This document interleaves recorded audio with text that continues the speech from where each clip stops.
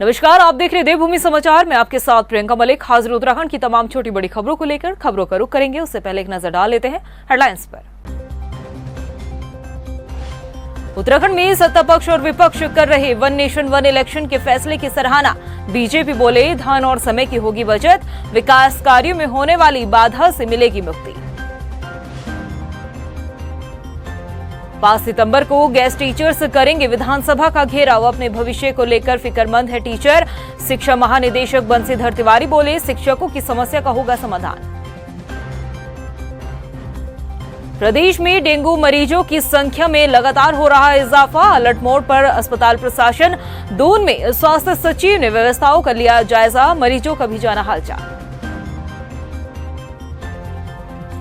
और दून को हरा भरा रखने और पर्यावरण संरक्षण की दिशा में एमटीडीए की खास पहल। पेड़ लगाने पर लकी ड्रॉ के जरिए उपहार में आपको मिलेगी साइकिल। और अब बात करते एक बड़ी खबर की। पूर्व मुख्यमंत्री हरीश रावत बागेश्वर में प्रचार प्रसार कर वापस लौट आए हैं। उपचुनाव में कांग्रेस की जीत का दावा किया जा रहा है। हरीश रावत ने राज्य सरकार पर भी जमकर निशाना साधा। उन्होंने कहा कि उपचुनाव में सरकारी मशीनरी का दुरुपयोग भाजपा कर रही है। सरकारी गाड़ी में शराब और पैसे बांटे जा रहे हैं। इसके साथ ही हरीश रावत ने अतिक्रमण पर भी जमकर सरकार को घेरा। उन्होंने कहा कि पहाड़ों पर लोगों को सरकार उजाड़ने का काम कर रही है। हाईकोर्ट में भी सरकार ने आम जनता का पक्ष नहीं रखा। जहां इस वक्त की बड़ी खबर हम आप तक पहुंचा रहे हैं। पूर्व मुख्यमंत्री हरीश रावत ने बागेश्वर में कांग्रेस के प्रत्याशी के हक में प्रचार प्रसार किया है और वापस लौटने पर हरदा ने उपचुनाव में कांग्रेस की जीत का दावा किया। इसके साथ ही उन्होंने राज्य सरकार पर जमकर निशाना साधते हुए कहा है कि भाजपा उपचुनाव में सरकारी मशीनरी का दुरुपयोग कर रही है।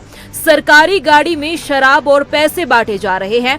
ये सभी गंभीर आरोप हरीश रावत ने बागेश्वर में उपचुनाव के प्रचार प्रसार के बाद भाजपा पर लगाए हैं। बहुत आभारी हूँ बागेश्वर की जनता जनार्दन का, सरकार के धन बल, पशु बल, सत्ता बल, साधन बल के खुले दुरुपयोग के बावजूद लोगों को धमकाने डराने की कार्रवाई खुल करके धन बांटने के बावजूद भी बागेश्वर की जनता परिवर्तन के लिए वोट कर रही है, कांग्रेस को विजयी बना रही है।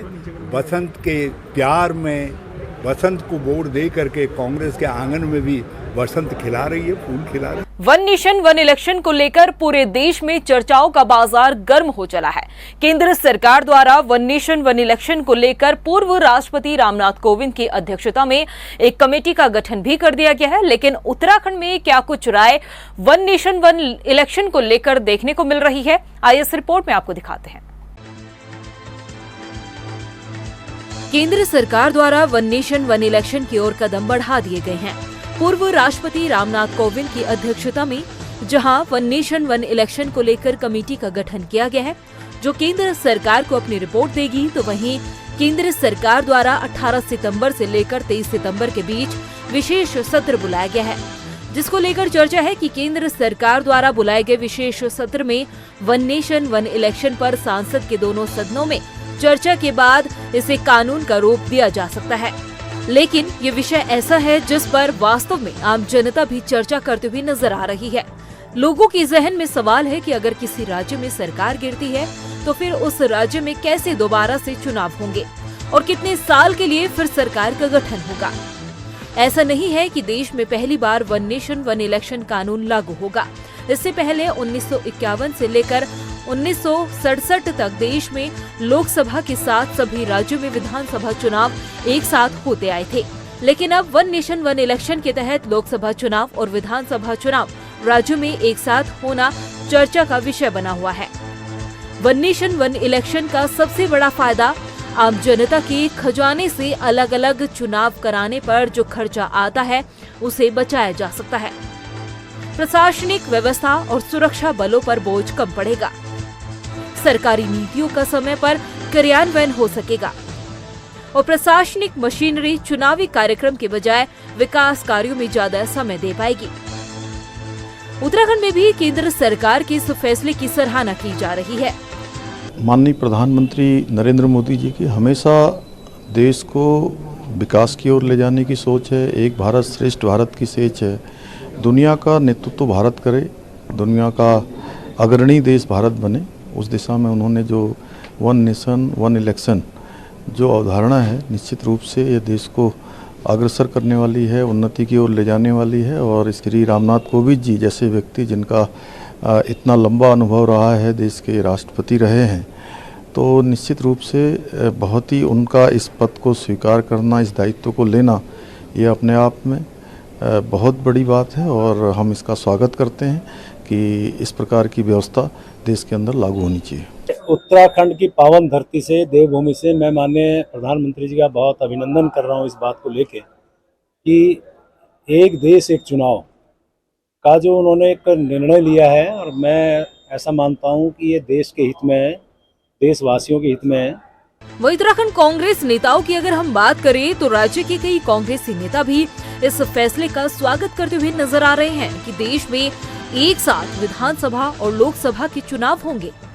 देखिए, ख्याल अच्छा है अगर सरकार गंभीरता से बिल लेकर के आती है और उस पर चर्चा करवाती है, क्योंकि ये थोड़ा तकनीकी मामला भी है।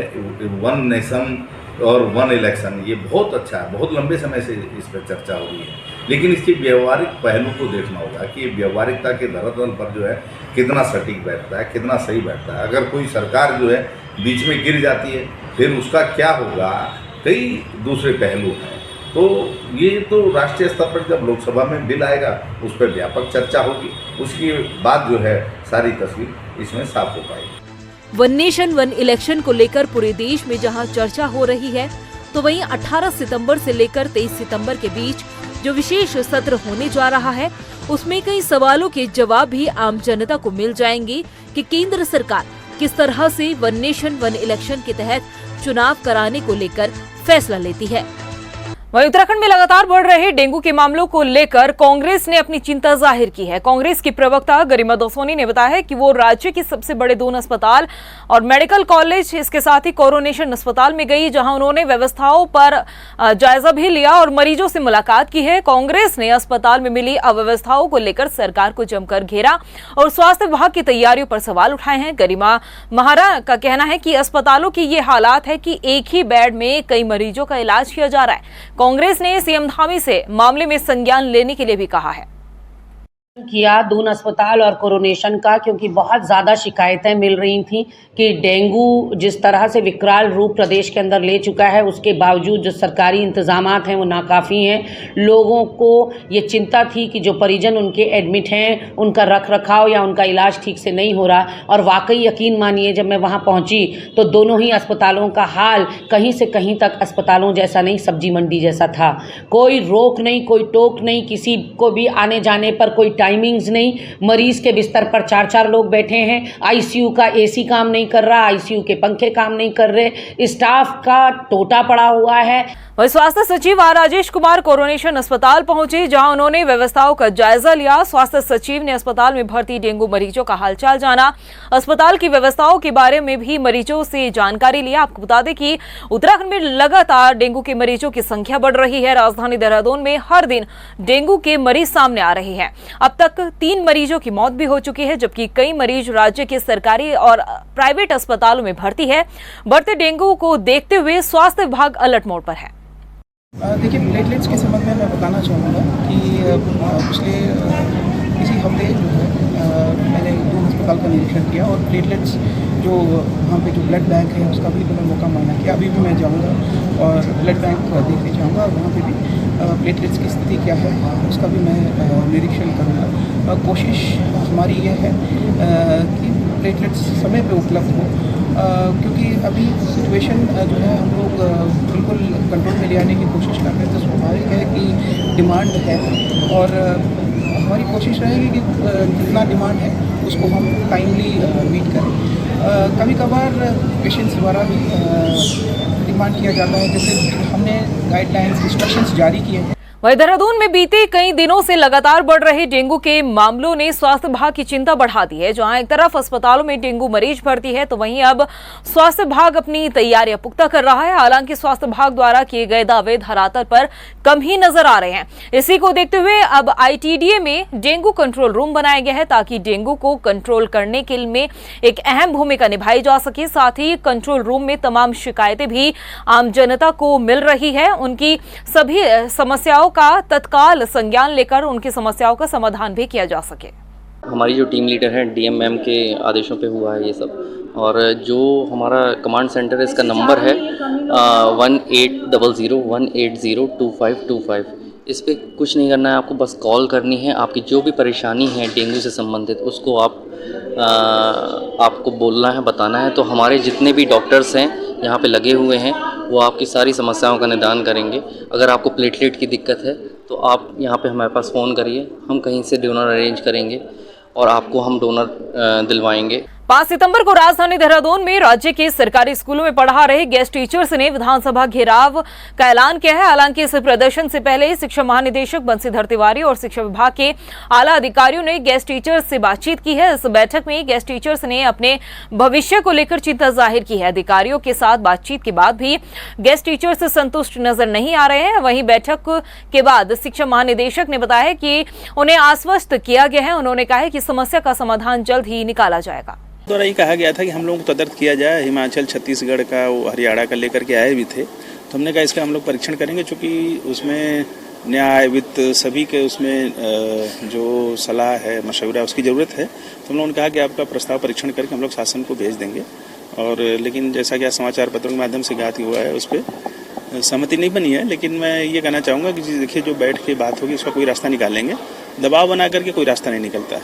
वहीं हल्द्वानी में आगामी लोकसभा चुनाव के मद्देनजर जिला निर्वाचन आयोग ने अपनी तैयारियां शुरू कर दी है। मास्टर ट्रेनरों के द्वारा जिला निर्वाचन आयोग EVM मशीन की फर्स्ट लेवल चेकिंग करा सकते हैं। इसके साथ ही नैनीताल जिले में निर्वाचन आयोग के पास 1642 बैलेट यूनिट, 1542 कंट्रोल यूनिट और 1707 वीवीपैट मशीन है, जिनके प्रथम चरण की चेकिंग शुरू कर दी गई है और 12 सितंबर तक EVM मशीनों की चेकिंग की जाएगी। जो गाइडलाइंस है भारत निर्वाचन आयोग की, उसके तहत कल से स्टार्ट किया गया है हमारे द्वारा। EVM है, इसमें वीवीपैट है, कंट्रोल यूनिट है, बैलेट यूनिट है, उसकी FLC की जा रही है। FLC का मतलब फर्स्ट लेवल चेकिंग हम लोग इसमें कर रहे हैं। इसका जो मॉड्यूल है, ECI का जो मॉड्यूल है, उसके तहत सब चेकिंग की जाएगी। ECI के इसमें 10 इंजीनियर आए हैं और हमारे ITI पॉलिटेक्निक के जो यहाँ इंजीनियर है वो लगे हैं, और कुछ हमारी लेबर है, इलेक्शन ऑफिस के, और हम लोग है, इसको कर रहे हैं हम लोग। और हमारी डेडलाइन 12 तारीख है, उसमें हम लोग पूरा कर लेंगे। साइबर अपराधों से बचने के लिए कई तरीके आपने जरूर देखे होंगे, लेकिन अब उत्तराखंड पुलिस ने एक नया तरीका इजाद किया है, जो साइबर से बचने के लिए आपको जागरूक भी करेगा, साथ ही साथ ये रोमांच भरा भी होगा। जी हां, उत्तराखंड पुलिस ने साइबर फ्रॉड को लेकर लोगों में जागरूकता बढ़ाने के लिए Uttarakhand cyber comics artificial intelligence शुरू किया है। किस तरह से ये काम करेगा, आइए आपको इस रिपोर्ट में दिखाते हैं। जितना हम डिजिटल युग की ओर बढ़ रहे हैं, उतना साइबर फ्रॉड भी लगातार बढ़ता जा रहा है। साइबर फ्रॉड के अपराधी नए तरीके से लोगों को अपने झांसे में लेकर उन्हें ठगी का शिकार बना रहे हैं। लेकिन अब साइबर पुलिस भी इन साइबर अपराधियों से बचने के लिए उतने ही स्मार्ट ढंग से काम कर रही है। दरअसल उत्तराखंड पुलिस ने साइबर फ्रॉड को लेकर लोगों में जागरूकता बढ़ाने के लिए Uttarakhand cyber comics artificial intelligence शुरू किया है। आइए इस खबर में आपको समझाते हैं कि क्या है कॉमिक्स आर्टिफिशियल इंटेलिजेंस। दरअसल इस कॉमिक्स में एक काल्पनिक चरित्र है, सुपर कॉप चक्रेश। हर सोमवार को ये कॉमिक्स प्रकाशित होगी और आपके सामने होगी साइबर फ्रॉड से जुड़ी हुई एक नई कहानी। ऐसा करने वाला उत्तराखंड देश का पहला राज्य बन रहा है। कॉमिक्स की वीडियो इस तरह बनाई गई है कि इसे हर उम्र का व्यक्ति देख सकता है। ये वीडियो का जो ड्यूरेशन है वो 30 सेकंड से लेकर 50 सेकंड तक होगा और सोशल मीडिया प्लेटफॉर्म के साथ इसे व्हाट्सएप ग्रुप के माध्यम से भी प्रसारित किया जाएगा। उत्तराखंड पुलिस जो है, हमारा DGP महोदय का निर्देश में जो है कि बहुत सारे जन जागरूकता अभियान जो है हम लोग करते आते हैं। उसमें एक अच्छा अभियान है कि अभी जो आर्टिफिशियल इंटेलिजेंस का माध्यम से जो कॉमिक्स बुक्स जो है, इसमें विभिन्न प्रकार का जो साइबर क्राइम जो पब्लिक के साथ हो सकता है उसका पब्लिक अवेयरनेस करते हुए ऐसा कुछ अपराध उनके साथ घटित हो गया तो फिर उसका कैसा रोकथाम कर सकते हैं। तो लोगों को थोड़ा अच्छा भी लगता है कि एक 30 सेकेंड्स 40 सेकेंड्स का क्लिप का। और दूसरा मेन चीज़ है जो बच्चे जो है अब ज़्यादातर मोबाइल जो है और इस टेक्नोलॉजी में बच्चे बहुत जल्दी जुड़ जाते हैं, उनका एक अवेयरनेस क्रिएट करने के लिए भी ये एक अच्छा सक्सेसफुल मेथड रहेगा। उत्तराखंड कॉमिक्स आर्टिफिशियल इंटेलिजेंस अपराधियों के तरीकों को उजागर करेगा, जागरूकता बढ़ाएगा और लोगों को इस कॉमिक्स से जुड़ने के लिए भी रोमांचक तरीके से प्रेरित करेगा। फेस्टिवल सीजन या फिर अन्य तरह से साइबर अपराधी पैसा लूटने की फिराक में रहते हैं, इसलिए पुलिस हर सोमवार को नए वीडियो बनाकर लोगों में अब जागरूकता बढ़ाएगी। अगर आप भी साइकिल लेने के सोच रहे हैं तो अब MTDA आपको उपहार में साइकिल दे सकता है। जी हां, राजधानी देहरादून को हरा भरा बनाने के लिए MTDA ने एक योजना शुरू की है, जिसके जरिए आम जनता पेड़ अगर लगाते हैं और सेल्फी लेकर MTDA की वेबसाइट पर भेजते हैं तो लकी ड्रॉ के जरिए आपको MTDA साइकिल गिफ्ट करेगा। MTDA 10 विजेताओं को साइकिल देगा। MTDA के उपाध्यक्ष बंसीधर तिवारी ने बताया कि MTDA की वेबसाइट पर जाकर आवेदन कर सकते हैं और आप साइकिल पा सकते हैं। कि जो देहरादून शहर है इसका हम लोग जो हरित आच्छादन है उसको बढ़ाने के लिए प्रयास कर रहे हैं और सड़कों के किनारे जहाँ जगह भी जगह मिल रही है वहाँ हम लोग पेड़ लगा रहे हैं। जो डिवाइडर हैं, डिवाइडर पर भी हमने कहा कि पेड़ लगाइए। इसके अलावा हमने एक पोर्टल लॉन्च किया है अपना MTDA ऑनलाइन का, वहाँ पर कोई भी जाकर के लॉगिन करके निःशुल्क हमसे रजिस्ट्रेशन करा करके अपना पेड़ भी प्राप्त कर सकता है और पेड़ लगाते हुए उस पर एक सेल्फी अपलोड करनी है और हम लोग लॉटरी निकालेंगे। जो लोग पेड़ लगाते हुए अपनी सेल्फी अपलोड करेंगे उसकी लॉटरी निकालेंगे। ऐसी 10 जो हमारे विजेता होंगे उनको साइकिल देंगे और कहीं न कहीं ये स्वच्छ पर्यावरण के लिए प्रेरित करना है लोगों को। प्रदेश की खबरों में इतना ही, फिर हाजिर होंगे कुछ खास खबरों के साथ। तब तक के लिए मुझे दे इजाजत, नमस्कार। उत्तराखंड में सत्ता पक्ष और विपक्ष कर रहे वन नेशन वन इलेक्शन के फैसले की सराहना। बीजेपी बोले धन और समय की होगी बचत, विकास कार्यों में होने वाली बाधा से मिलेगी मुक्ति। 5 सितंबर को गेस्ट टीचर्स करेंगे विधानसभा का घेराव, अपने भविष्य को लेकर फिक्रमंद है टीचर। शिक्षा महानिदेशक बंसीधर तिवारी बोले शिक्षकों की समस्या का होगा समाधान। प्रदेश में डेंगू मरीजों की संख्या में लगातार हो रहा है इजाफा, अलर्ट मोड पर अस्पताल प्रशासन। दून में स्वास्थ्य सचिव ने व्यवस्थाओं का लिया जायजा, मरीजों का भी जाना हालचाल। और दून को हरा भरा रखने और पर्यावरण संरक्षण की दिशा में MTDA की खास पहल, पेड़ लगाने पर लकी ड्रॉ के जरिए उपहार में आपको मिलेगी साइकिल।